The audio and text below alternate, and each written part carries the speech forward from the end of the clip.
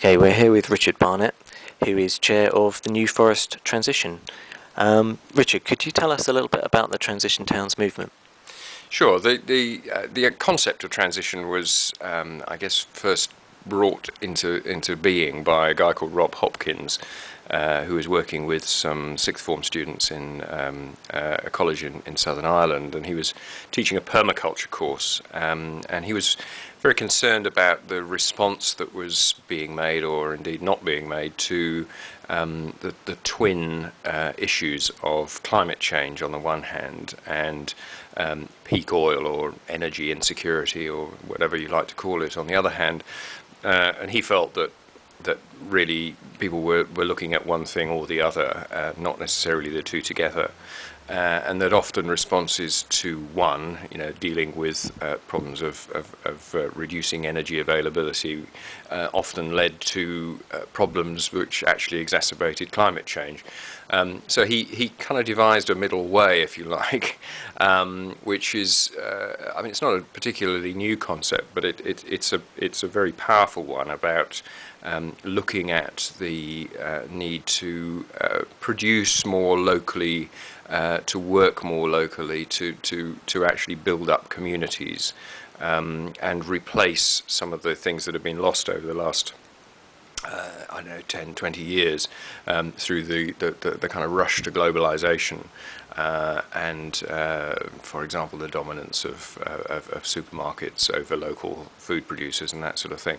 And transition is about looking at the damage that's being done and starting to repair that damage with a view to looking at the future where those kind of things are going to be really important for local communities to be able to survive. There is a sort of burgeoning network of so-called transition towns around the world, aren't there? I mean, it's even taking off in America.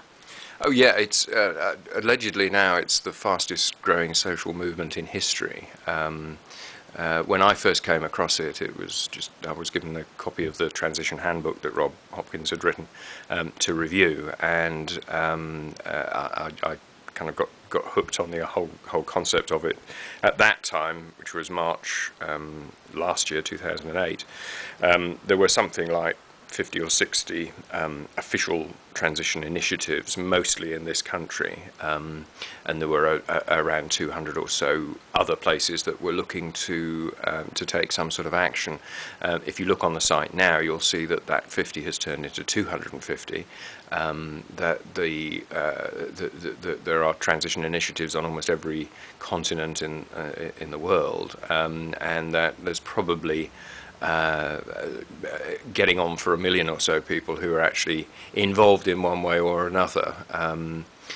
It's quite a difficult one to really analyse, because it's not something that you pay up and get a membership card for or whatever. So I think the real key is that if you're interested and you want to actually take action, then you're part of the transition movement.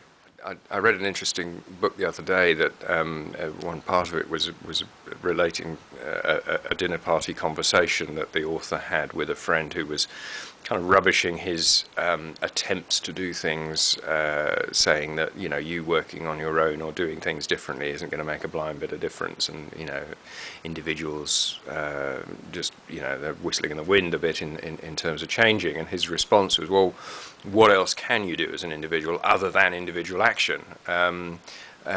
Because seemingly for whatever reasons, whether it's the political setup or whether it's the ambitions of politicians or whether it's just society at large, there is no great movement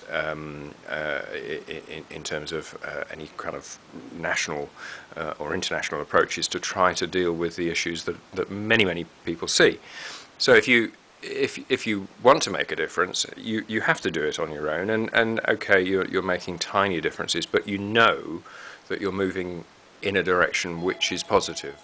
Use that term of sort of rainbow coalition. I mean, it doesn't pretend to have any kind of hard and fast rules or procedures or whatever. It's quite deliberately very open and encouraging and optimistic.